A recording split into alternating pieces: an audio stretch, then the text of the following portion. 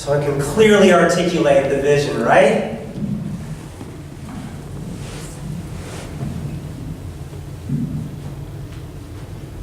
Very good.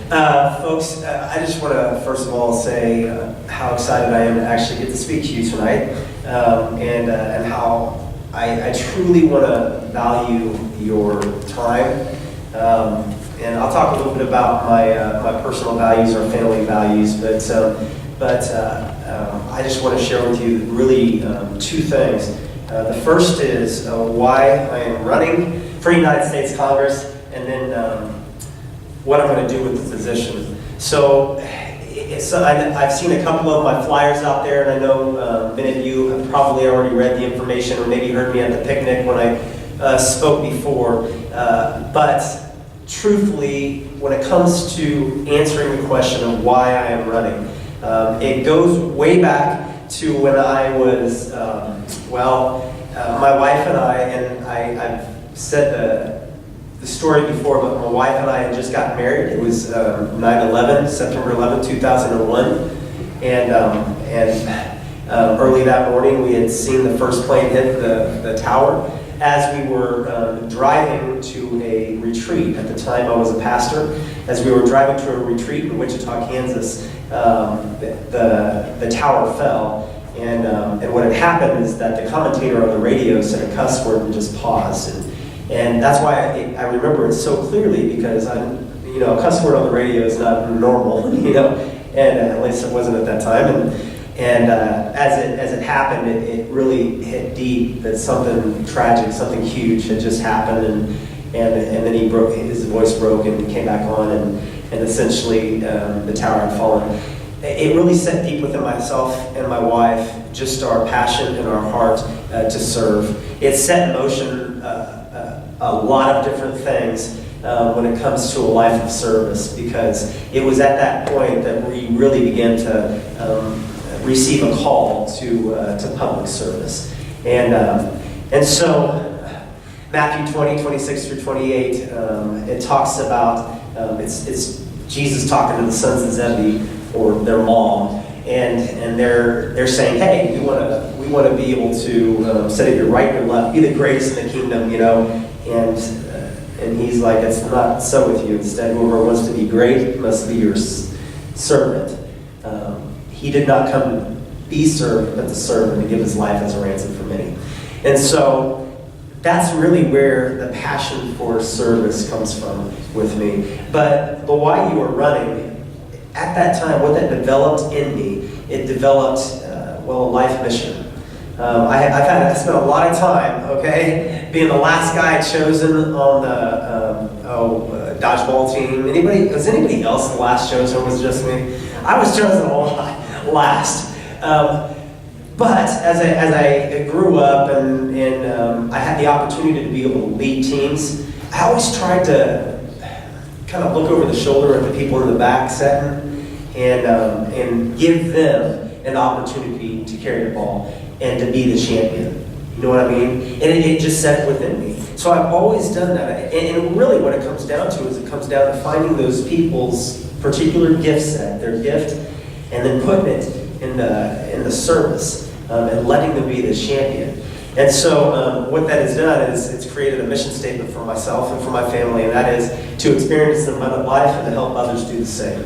That is my passion, and that is my mission, is to help you experience an abundant life. So there's nothing I like to hear more than like America's prosperity and folks like this who are, what their work is all about is helping the people actually to achieve the American dream, to actually get out there and to accomplish the American dream. Now, it's not an American dream that's given, as some past presidents would have you know, or have you believe.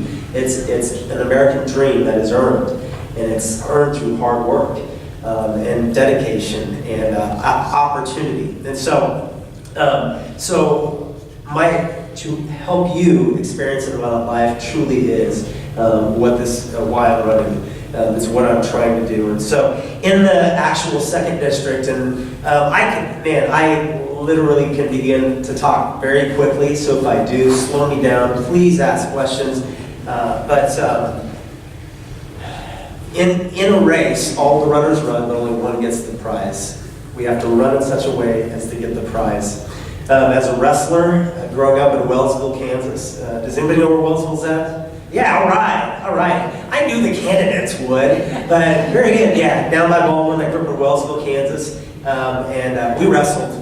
I was a wrestler. I wrestled all the way down to, Cherryville, all the way up to like Effingham, but at each event that I went to, even at state, whatever it was, we would always size up the competition. You guys size up the competition? I would size up the competition and look at their traits, look at their weaknesses. Sometimes you look at them and go, oh my gosh, I hope I don't have to run against that person. And then other times you're like, oh, I hope we get to run against that person. In this particular race in the 2nd District, we have an interesting competition. Paul Davis. He will be probably the choice in this district. And because of that, it sets for the Republican Party, it sets us up to really look at who is the best competition, best almost anti-candidate, and who can actually win in the 2nd District as Lynn Jenkins isn't running again. Lynn was an interesting candidate. No matter where I go, there's people who love her. There's people who don't necessarily care for the way she votes and stuff like that in the Republican Party. But for the most part, if I say, what do you think? Well, I think she's cool, but it was a personality-driven candidate. It really was. She really is. And so I am thankful that we've had Lynn, and she's represented us.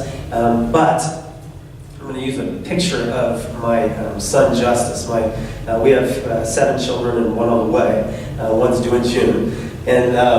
But Justice has this little ball, and it's about this big, and you can grab it and pull it apart, and a bunch of shapes fall out, right? Clicks back together. Well, this particular race is one of the shapes on that ball. And so you can pick them up and try and put almost any different shape into it, but there's only one shape that will actually fit in there and actually meet the shape of this particular race. This race is a particular picture that we have to, as a group, we have to determine who the best candidate that will fit that shape is. And so that's why it's so important that we vet. So here I am. I'm coming before you, and I say, here I am. I would like to serve as your candidate for the United States Congress. I really believe, without a doubt, that we are the shape that fits best against the Paul Davis. There's a lot of reasons for that. There's some history that plays a role. Growing up, my parents are Air Force veterans. They met in Okinawa, Vietnam era. And so I grew up in Wellsville, Kansas. They determined to come here into the 2nd District because of the people. We left where we were at and came here because of the people. This is the place they wanted to raise their kids. And so I grew up in K through 12 at Wellsville High School. So I have public education. Went through Johnson County Community College, and then I would park my car about 2 blocks from here, and I would ride my bike over to KU when I got my bachelor's in science and education. It was after that I had the opportunity to go to a Life Watch Bible Institute, and then actually become a pastor at the same time. And that's during that time I got my master's in ministry and leadership down in the Wichita area. So I have about 8 years of being a pastor, and then we went into the military. In the military, and this is part of the history that helps you kind of know who I am.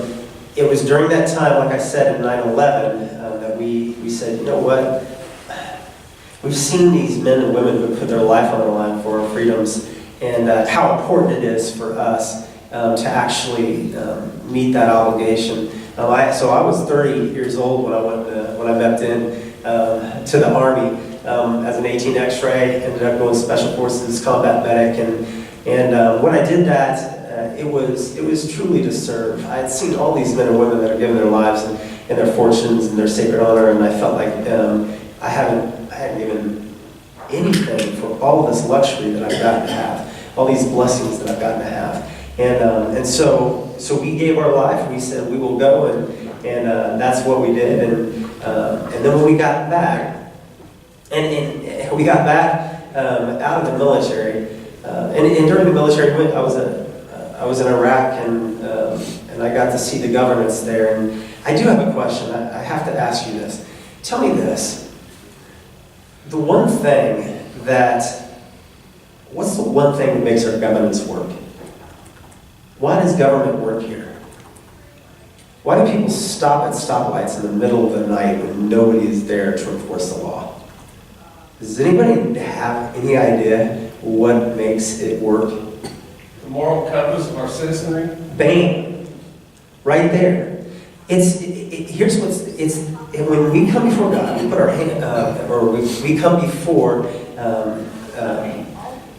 and we say a promise. We lift our hand, put our hand on the Bible, and we put that on the Bible for a reason. We do it because it's in the fear of God.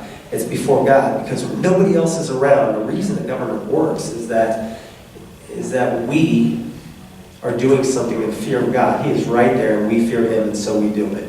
And that's why governments work, because when I was over in Iraq and we were trying to build a well, I would have to use our tax dollars to get a well built, and instead of it taking $9,000 like it would locally, it would take $50,000, because you have to go to each different governance, and through money you make it work. That's basically how it works. So rather than them actually doing what they're supposed to do in the fear of God, it just doesn't work. It falls apart, and you can babysit it and work at it and everything, but it works here. And that's where Alexis de Tocqueville said that it's the fear of God, and that's why it works. We have a powerful opportunity in America. And so I have to say that because after seeing in Iraq fires that burn and burn and burn, and there is literally no, you could get so much energy from that, and so much, it is still use it. It's amazing what we actually have and the luxury we have. And so with that, we offer ourselves humbly, because we realize that in this society, it's a powerful opportunity. But I have to say that this is my the second thing I need to answer is what will you do with the position? Now this is the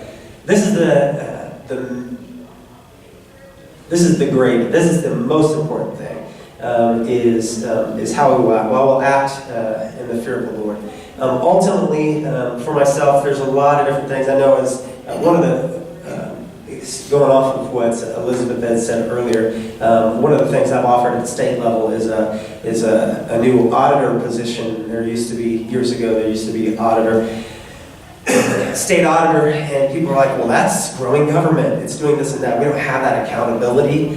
And it has nothing to do with growing government. I figured a way out to where we can actually have that accountability and use the state treasurer's already elected position and put what is the current legislative post audit, put that underneath the treasurer, and they can have a division of post audit. Essentially, that would be used a lot more close to the people to be able to make these accountability calls. So when it comes to STAR bonds, and when it comes to our Department of Commerce, where there's, and even transportation, the Education Department, there's been a lot of different issues and questions, and then legislative post audit, the legislative committee says, hey, this should have been taken care of. We go to the people, go to the legislative post audit committee and say, do this, and the legislative post audit committee didn't pass it. And so there's not a single individual that is being held accountable. And so I offered a bill that is currently setting and waiting to be heard that would ultimately do that, and it would be under the state treasurer. I think it would be very important, something that we could do. But it's one of those things that I'm passionate about, and that is holding government accountable so that it works. Can everybody say lean government? Lean. You know what lean looks like, right? You see those dogs that are lean. I mean, they're barely any meat on the bones. Lean government is what we need. We need lean government. We need a government that actually works for us And it's not about how much government we can have, it's about how much government that we, it's not that you can even afford, but that can get the job done, but is going to be lean, it's going to be without any extras. And that's ultimately what we really need. The way that it looks when it comes to with the position, repeal Obamacare. Well, that's old. No, repeal Obamacare. This is, and I say that like this, as I was talking to somebody beforehand. This is, they taught us whenever you, and if you haven't been in the military, and you are ambushed, when you take an ambush from the side, you don't run away, you don't run side to side, you don't do that. You turn straight to the fire, and you begin to shoot and walk into the fire. You have to do that. So when I say that, what that means is that there's going to be there's very difficult issues that we need to turn straight into the fire, and we need to walk into the fire, because that's our only opportunity. That is our only opportunity for survival. One of those is our current deficit and debt as a nation. It's easier just to kick the can down the road. It just is. And we can't do that.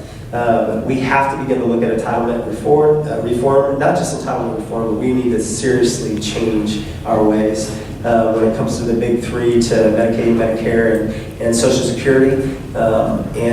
Because there is a point, probably my age, I'm 43, there's a point where we're not going to see the benefits of that. We just won't. We need to be honest, and as I was talking to a financial advisor beforehand, we need to know without a doubt that we're doing the right things now to be able to have retirement, to be able to have the freedoms that we cherish so much when we get to be to a retirement age. But on top of that is Obamacare. And Obamacare has, we have so many people loaded up on Obamacare now at this point that we're not, basically we are, we're driving off a cliff.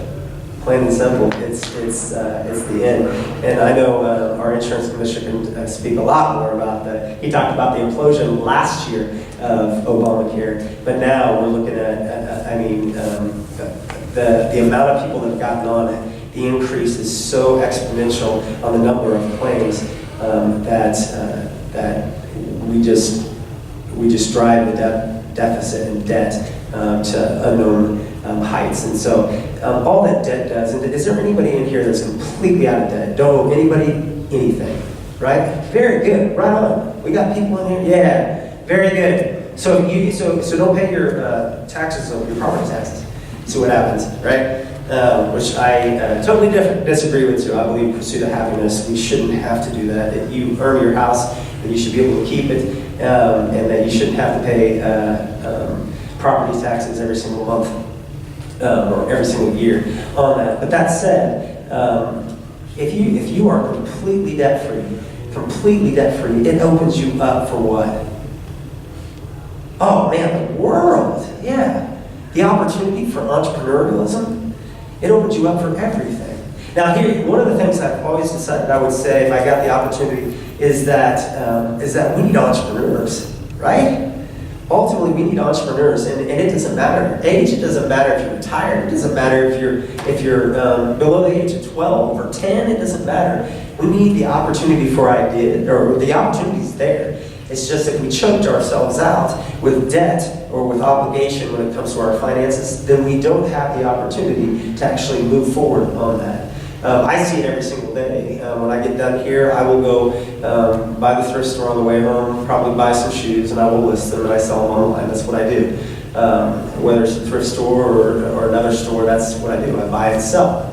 The opportunity, if I don't have that money to actually purchase and make that when it's there, if I have a chance to buy 40 pairs of shoes all at one time, I don't have that opportunity because I'm saddled in debt, got to make a car payment, got to do this, got to do that, you know.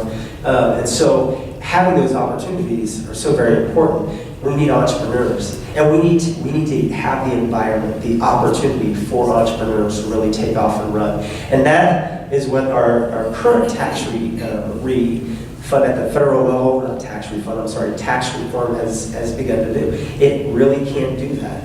But if we don't use that right, then we're going to waste our opportunity, and we're going to end up just deeper and deeper in debt. So I could go on. I just want to answer questions, but let me say a couple more things. The one I do want to let you know is around our life mission to experience the abundant life, to help others experience the abundant life. Abundance is more than enough. I don't want people just barely scraping by or barely making it. I want people to have more than enough. Is our values, and that is God, authority, service, our time, health, good judgment, family, integrity, hope in a future, and fun. You'll see our shirts and things like that say proven, ready to lead. I kind of was like, I don't know if I like that too much, you know. I don't tend to be one of those people who's like, look at me. But there's a friend of mine, a colleague, and he's like, no man, you're the choice for this. You're the one for this. And I said, okay. And he's like, you're the only one who's all in. And I was like, what do you mean by that? And he goes, well, you got it right. You got God first, and then your family. We're doing this run together. You've got God first, and then your family. But then he's like, you're terminaling yourself at the state level, so you're all in. So as a representative, you know, I'm not running at the state level. I'm running at the congressional level. Felt like 6 years was enough, and so we're all in. And that's really what it is. We're proven ready to lead, whether it's against Paul Davis in the 2nd District, whether it's the military, whether it's the church background and a leading in church movement or family, faith, family, freedom. So all that said, I'd love to answer your questions. I'm sure there's a lot, and so hit me. You got some questions for me, folks? Yes, sir. Would you kill Roe versus Wade? Would I do that in a heartbeat? It goes to the judicial activism. Even from the very beginning. I would do it. If it's within my power, I would do it. And I would certainly, at the very least, we need to defund Planned Parenthood. Without a doubt, that should have been done a long time ago. Yeah, go for it, bud. If you could determine per pupil spending K through 12, it was just up to you. Here in Kansas? We'll say Kansas. If I could determine it right now? The one amount per student would be. Well, and here, that's a loaded question. If I could just tell you, I'd like to give you an answer right now. Less than what it is, I would suggest that we could easily do it for 12,000 a student or less. But this is coming from a homeschool dad. We homeschool. I'm on the school board and we homeschool. But the real hard part is the equity and all that the courts have brought into this argument, and it's just wrong. They shouldn't have brought all that stuff in. And so I believe that my children, we pay our property taxes, and that educates the kids in our area. But we also, out of our own pocket, homeschool our own children. And I can do it with, well, it depends. If you pay my wife per pupil, yeah, right? If you pay my wife per pupil, now I've been to the doors and they slam the door in my face because they feel like I'm still in, what is it, 7 times 13, 14,000. I don't know, it's a lot. They're like, you're still at $100,000 from our schools, but that's not the intention. That's because I have that many children, and they feel like we're stealing that from the schools. But ultimately, I would suggest that you could do it for 12,000 or less. But you're talking, I would have it'd be a different argument if I'm talking Blue Valley than if I'm talking to Wellsville or if I'm talking all the way down in Leroy, Kansas. Does that even come close to answering the question? I just believe you can do it more efficiently, and that government can always be leaner. Go ahead, sir. Do you think the United States ought to go back to a gold standard? Yes, sir, absolutely. I can't even believe that the Fed, okay. seriously, our money is, and China will just buy it all up. They have all of our dollar bills or whatever. I went to the bank. I had about $60,000, and I was going to pull it out. I don't know. I just wanted to pull it out. It took me 2 weeks to pull it out because they had to find the actual paper. And I used that to explain to my children about the value of the actual paper, because you close your eyes and it's just paper, you know? Yeah, exactly. It's just fiat money. And so, yeah, that's what they're kind of doing now when it comes to like Bitcoin and stuff. Bitcoin is based on the gold standard. And so the way I understand it, the actual amount of the gold standard. And so that's why it's actually working, I think, to a degree. Well, with the new Federal Reserve being appointed by Trump, I think this is going to happen very soon. Yeah. Yeah, it's possible. No, I would do that. The trouble is with the current situation that we're in, and now, folks, this comes from our own, the way that we as families, as mothers and fathers in the families, we raise ourselves and we raise our children when it comes to our financial acumen and our financial responsibility. We don't do it. I mean, when it comes to debt and it comes to those things, I had a cousin who didn't even know you had to pay back a credit card. He was just spending, he got his first credit card, spent it all out. It was like 30% interest.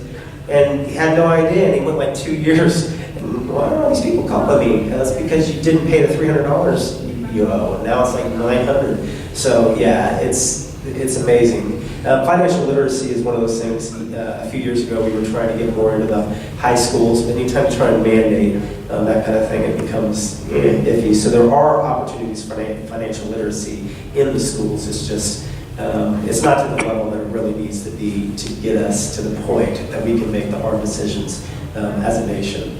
So. Did you know that balance is supply and demand for money?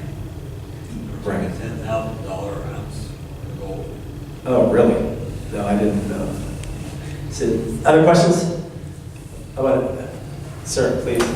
Second Amendment, immigration on the wall. Good word. Love it. Second Amendment, absolutely. The wall, absolutely. I mean, we spend $100 million on illegal immigration every year. That's supposedly what we spend. Take 30 to 50, or I'm sorry, billion, 100 billion, 30 to 50 billion to build a wall. And it would pay for itself in under a year. So I don't know why in the world we haven't done it in the first place. And then all these people were like, well, you can't build a wall there. That's impossible. Look at China. I mean, you can build a wall anywhere you want. You don't tell Americans you can't do that. We can figure out a way. So very important. I had a bill that I introduced, and it was supposed to. Well, I've been working for years on this. Have constituents to get rid of in-state tuition for illegal immigrants. And so my idea was simply to take the in-state, change it to out-of-state tuition, take the difference and put it into the actual helping the foster care. Those who come through the foster care, it's miserable on their graduation rates. And so the idea was to put it over there. You thought that I just set the world on fire because we decided to hear higher education budget. And yeah, they came in and called everything that you could think of racist because of that. And my intention was, at the time, was just to actually get the hearing. But our Secretary of State mentioned it and a couple different things, just because he did come and speak to the bill, and man, they had a heyday with that. But the truth of the matter is, and this is what it comes down to, is that illegal is illegal, and as long as we walk around the fire, or just act like it's not happening, it's going to burn. It's going to burn us. So yeah. Other questions, folks? Yeah. Could you make some comments about Amtrak? About Amtrak trade? Yeah, rail service. I've ridden Amtrak years and years. Years and years ago. Actually, I had a great experience on the Amtrak train. I don't know any of what they're currently dealing with. If there's something in the national news I might have missed or anything like that, is there something I'm missing? Well, it comes up for funding from time to time. In Congress. Okay, just trying to keep it going or something like that. We're trying to expand it here in Kansas. Yeah. In this district. Yeah. No, I have a great experience with Amtrak. I don't know even what their funding it looks like or anything like that. I'd have to check it out. But no, I appreciate the question. That's a new one. I hadn't had that. So, anybody else? Yeah, please. How about specifically in regard to the Second Amendment and the school shootings and things like that? How would you vote in regard to those kind of issues? I appreciate the question and for asking it again too. I literally had it written down. It didn't talk about it. Trade tariffs and guns. Guns. I have an M4 myself. My wife has been on me about because I got to get my 9mm down in Fort Scott. M4 or an AR-15?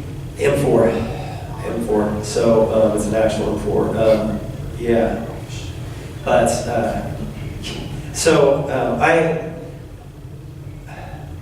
when it comes to our Second Amendment rights, I am a constitutional carry person. I truly believe that this is a God-given right to protect ourselves. The way that it hits home even more for me is we were walking across, and I said this from the floor at the Capitol when we were there trying to take the age from down to 18 from 21. We were at McDonald's actually in Lawrence, and we were walking just from our van. Remember, 7 little ones, right? One dude, and so we were walking from the van into McDonald's, and the cars they go through the drive-thru and then they come around the side, but it's really this kind of angle that you can't see well. Yeah, other people know, and so my kids started going across. I mean, it's like herding cats. And so I'm yelling at them and everything. I just, in my mind, I'm thinking, all that it takes to protect this little bird of kids running everywhere. And just how important it is that we protect ourselves, It's our God-given right to protect ourselves.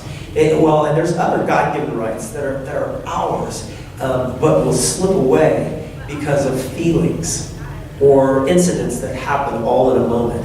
And when you get, and I'm also on the school board, when you get to like the school, inside the school, or inside a hospital, or inside of that, it doesn't seem to change the fact that there's people there. I even read in a paper about a guy who's like, I wouldn't trust myself if there's a shooter with a long gun and I'm standing there with a gun and kids everywhere. I'd make it match. Are you kidding? Would you rather? I guarantee if you're in that moment, and any of us can just think about it, in that moment, there's chaos and everything, and there's a single evil person with a gun. Would you rather have a gun at that point or not? And you would rather have a gun, because even just the chance that you could protect, just the chance that you could stop that evil person is way, way more important than saying, well, I can drop it on my toe or so. It doesn't make any sense. And so, yeah, I'm a big proponent of the Second Amendment, but also just common sense when it comes to protecting ourselves. Because for anybody who's been trained, it doesn't matter if you're law enforcement or not. And I say this every time in committee. I will just take this and I will go, what's going to stop me from stabbing somebody with this? See, it goes back to what's in our heart. It has nothing to do with the weapon. This is the weapon. This is the weapon.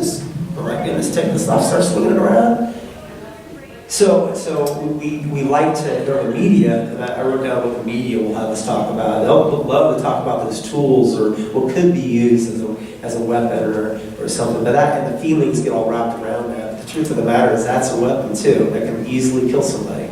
It's just what's in the heart of the actual individual, and that's why we need those weapons to be able to combat that. So, yes, ma'am. I'm not sure how to ask this, but our candidates are idealistic. You've got your values. You're constitutionalist. You get up there and you start voting like the James. If you've got a party line if you've got somebody hired because you're junior, and they say this is how you have to vote.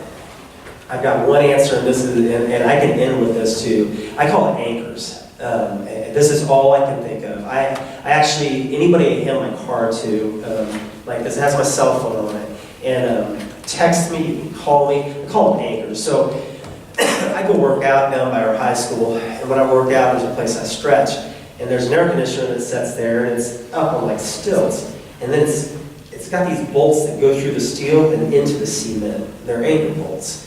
And what it does is it holds it there in case the wind blows or whatever. And so the only answer, the only way that I can believe, besides my own personal integrity, like I will always try to have one of my children with me at all times, and my wife too, when it comes to accountability. But ultimately, it's having those anchors in place. And that means people who have my cell phone, who are home, who are here, whether it's this county all the way down to Montgomery County, Neosho County, whatever it is, that there are anchors spread out across it. And the reason I'm saying this is that those anchors can at any time, they can text, they can call, they can write and say, what are you doing? You know what I mean? Like, you said you were going to do this. I heard you talk about the Second Amendment. What are you doing? What is your reasoning here? Because ultimately,